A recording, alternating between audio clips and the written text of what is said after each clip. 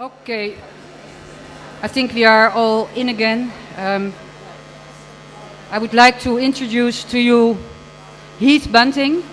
I like his name very much, but it is the name of a very interesting artist and activist, a British one. He's based in Bristol, and he's the founder of the site irrational.org. You should look it up if you have the opportunity. It's very famous and well known within the media art scene and net activist scene. And he was also one of the early practitioners of the 1990s net art. He is very much involved with a different dimension of the topic of today, the self, identity, the body, autonomy, and that is the our digital identity, our data body. He is involved with defending democratic systems of communication and of information, and I should say that is one of the most important topics of today. And if necessary, he modifies these systems. So in that sense, he is a little bit an interventionist. He will present his identity bureau, and that he will continue with a workshop that is called the Identity Bureau, and that workshop is on how you can create your own legal identity. So I think that's very practical as well for the foreign students, maybe, because as we know, the Netherlands, we are not that friendly anymore to the foreigners. So go to that workshop, though there's space for only 20 people, and learn how to create your own legal identity. So Heath Bunting, he's exploring the porous borders between the individual, their data body, and corporations. Please, Heath.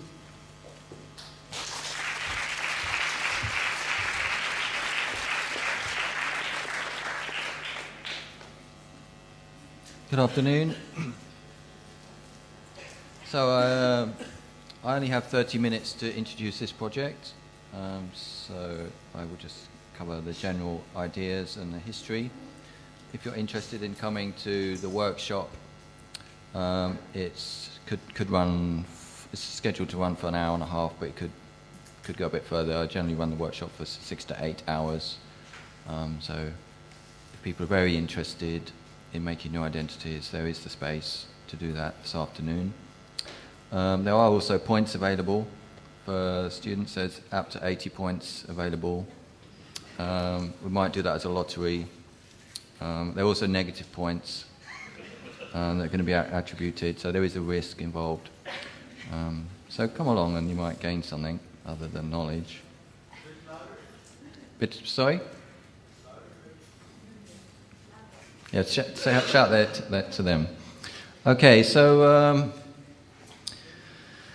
a few years ago I was working on a project called Border Crossing, which involved crossing all the borders, mostly internal borders of the European Union, without a passport, which sounds rather ridiculous at first hearing, but there are quite a few people that cannot move around the European Union for various reasons. And there are times when borders are closed or will be closed, especially since we are, as we're all constantly aware of, we're in the 3 major crises now of ecology, energy and finance. So the European Union probably will not exist in a few years' time. So those borders will be reasserted again. So if you're interested in how to cross between Belgium and Netherlands, there's documentation on how to do that and where to. Anyway, while I was doing that, I realized at that time in history that most of the borders took place in administrative space, most of the kind of controls. For example, in London, if you're caught without a metro ticket, they will call the immigration police, and then they will try and determine whether you're an illegal person, and you could quite possibly be deported.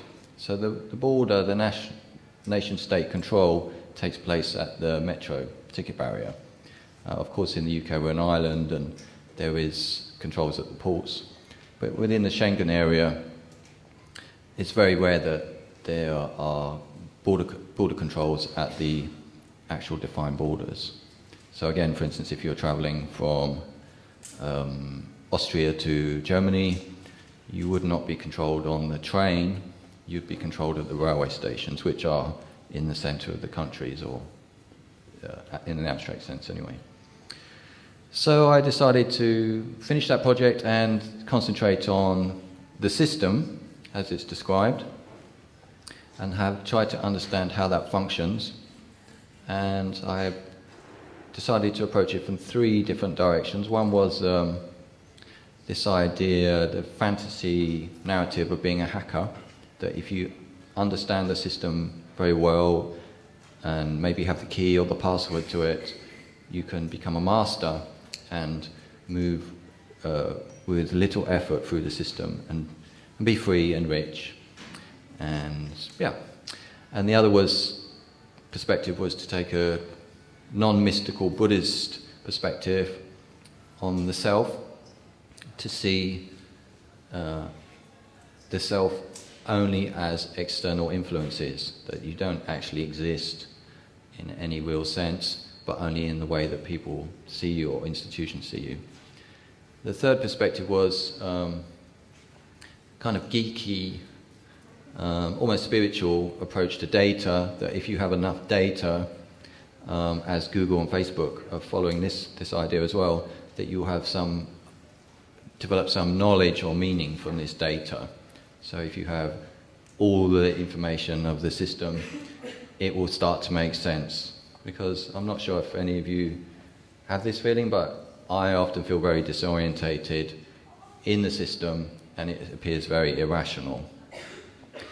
Anyway, so after deciding these 3 approaches to this project, I set foot on the high street. This is where I feel very comfortable. I come from a street art background and often start my projects from the street. Let's see, that's not working.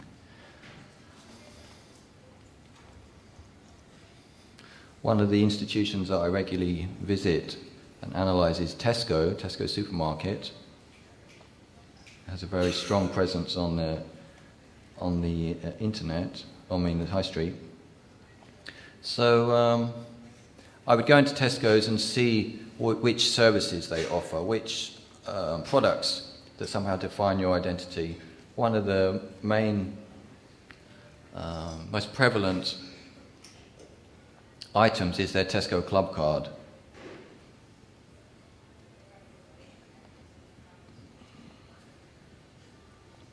Tesco was one of the first, if not the first, supermarket to roll out the loyalty card scheme. I'm sure you have them here in the Netherlands and other countries, and they seem very useless, and even in terms of finances, you have to spend, tens and tens or hundreds of euros to get anything back. But often they have your name printed on them, so they act as a very immediate form of identity. So for me, this is one of the first entries into the system from the street. So I then tried to define, in a rational sense, what Tesco were doing with this loyalty card. And here you see a record in my database of the items in the function that define how you become a holder of a loyalty card. So for instance, obvious things, you have to be able to provide your name. They like to know your gender, and so on. So you have this whole definition, a formula. This could be called a status formula.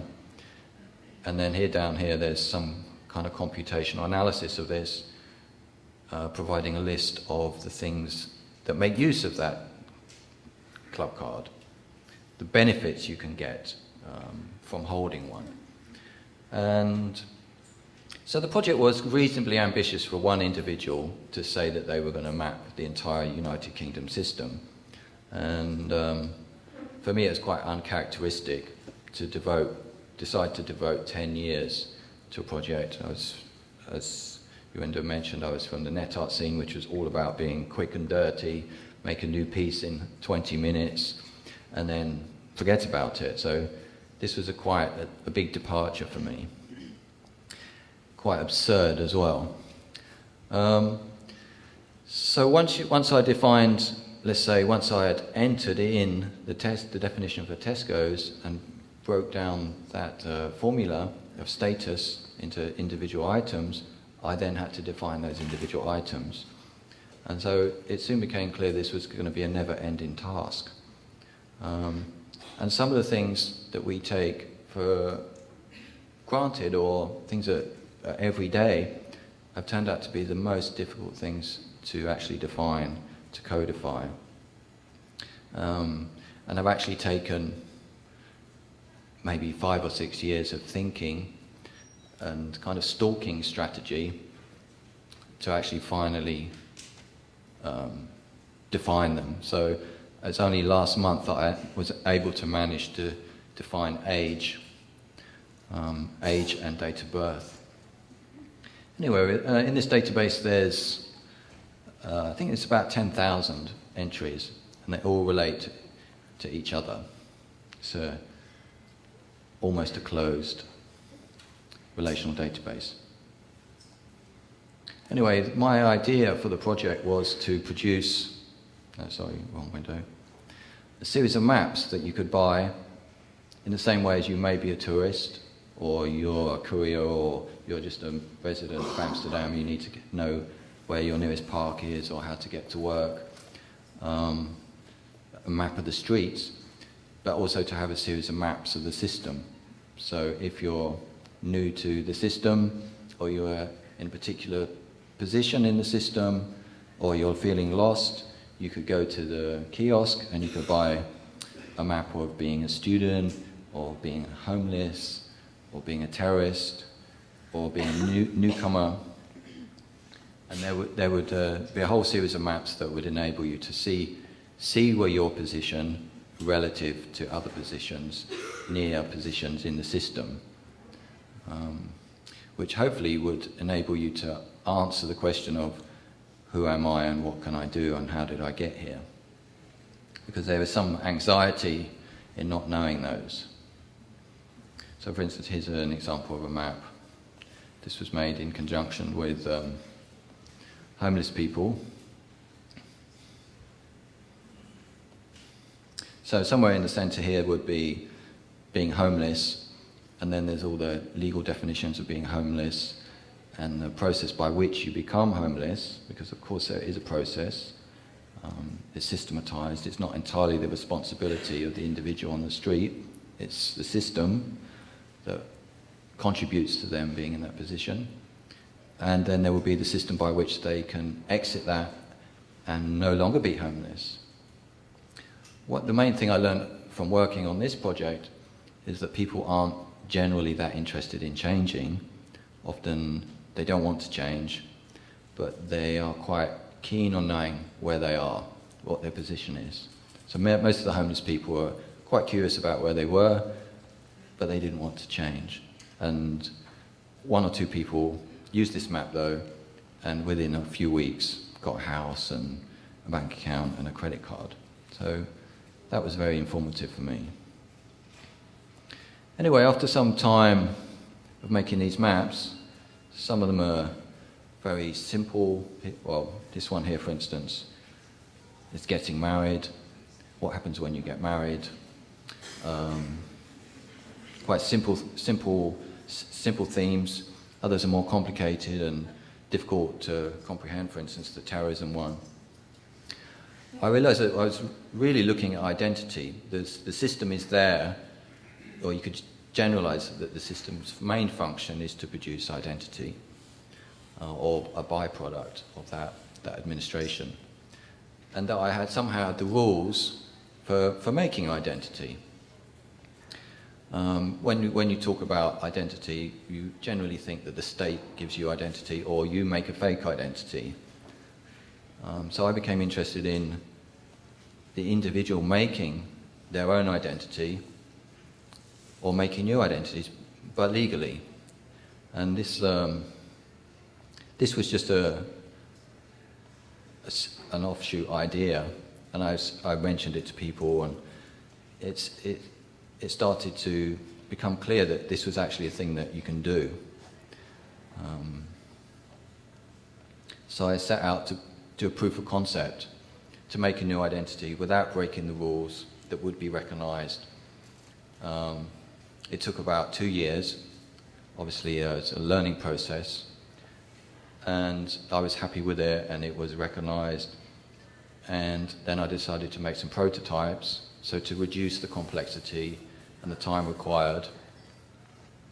And after about 6 months, I was quite happy with these prototypes. And I was able to produce this map.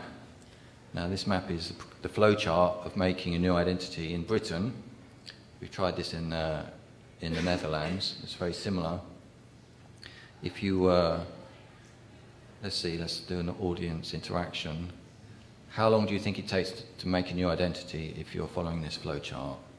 To end up here on the right with a debit card and email address and register at the doctor's, new postal address, all those things that you need to function in society. Anybody take a guess? 2 years? 2 months? 6 months? It takes a day. How long? Well, you do all the process and you can wait like a couple of days for the things to come in the post, but it takes a day. I've streamlined the process. How many euros do people think it takes to have this is a British national person, a British nationality, with all those services, but the rights to reside in the UK. How many euros do you think that requires? 500? 2,000? Free? No, not quite. It's about 10 euros. So I'm doing a workshop. If you're interested, come along.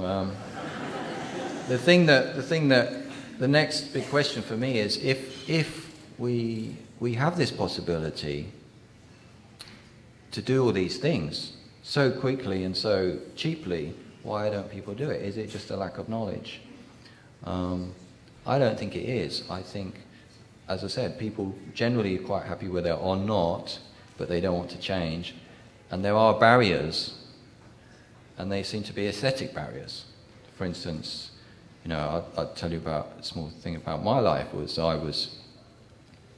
I grew up next to Cambridge University, and I did quite well at school, but it never occurred to me that I could go to Cambridge University, even though the doors were open. So I think it's very similar with many of these systems and the rules. They're kind of invisible rules, invisible codes and barriers. And for artists, obviously that is very interesting. Let me see, I've got 10 more minutes. Whoops.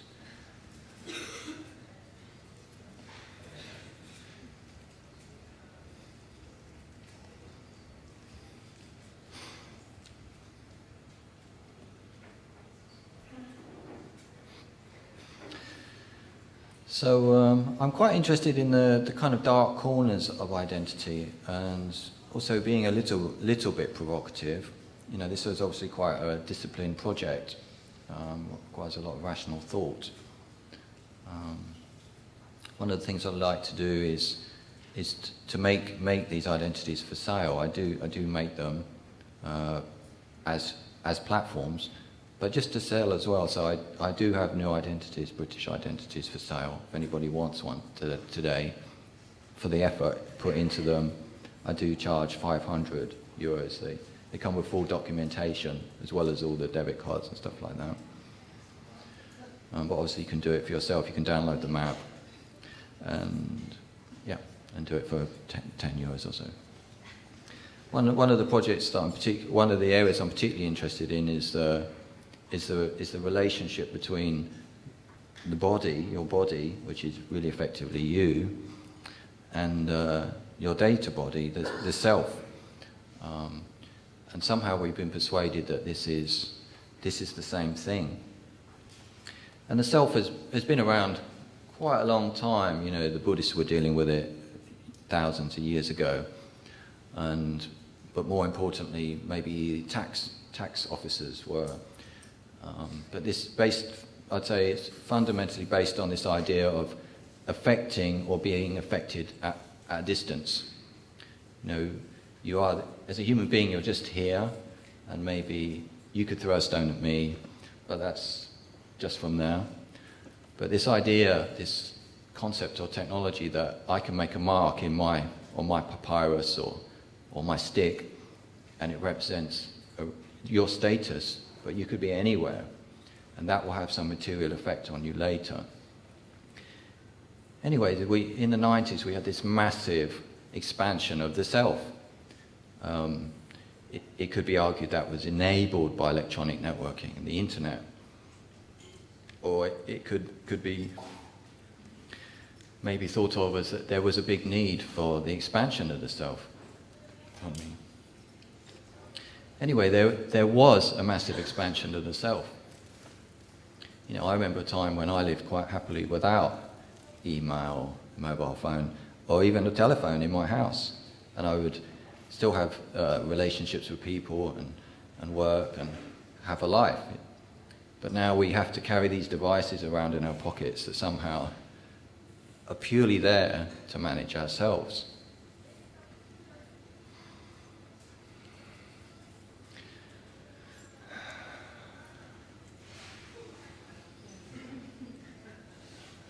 And it seems incomprehensible for people to imagine that they would give that up. Of course, there are two selves. You know, there is the self that we have, but there's the selves that also are encoded in society and the law, which is the corporation, that was touched on earlier on. One of the projects I'm working on now is to find an attribute human rights to robots. You know, of course, America, or the American Empire, I should say, are attempting this with their drones. You know, so that it's not the Americans that are responsible when they come and shoot you. This thing in the sky comes and kills you. It's the drone that's responsible. You know, as an artist, I'd like to be there first. So that's one of the projects, one of the ambitions for this project. The other thing, you know, there's been a lot of talk about the power of the internet, how it's all or was going to make us free, and we are somehow have this extra reach. You know, in the early days of the internet boom, you could actually affect space at a distance, or place, I should say. But obviously this was not in the interest of the elite. And in the same way that when the slaves were emancipated and had the votes and had personhood, the corporations had to come into existence to maintain the elite's position or position above. The same way that we now have our expanded personhood, our ability to affect afar, has been a big threat. So I would say that the elite have actually fragmented space or homogenized it to such a degree that, okay, yes, I can travel very cheaply to many places in the world. I can visit many places on the internet, but now they're all the same. You know, I can go to my city centre and go to see Zara, and I'll go to your city centre and see Zara. It's all the same. So I'm quite interested in, okay, what will happen if we all start creating new identities or making new corporations for ourselves? What will be the next move by the elite? Does anyone know? Any ideas? Okay, well, maybe one thing that we could do in the workshop today, as well as making new persons for ourselves, we can make new corporations. I have a new map. Because some people might be getting bored with making new persons, but we can make a new corporation, and maybe we could do a race today to see how quickly we could make one. But anyway, come to room, it's 105, isn't it? if you're interested. It's not limited to 20 places. No one's going to be turned away. And it may run. We may go running around town as well. It might not just be sitting down talking. Let's start with that.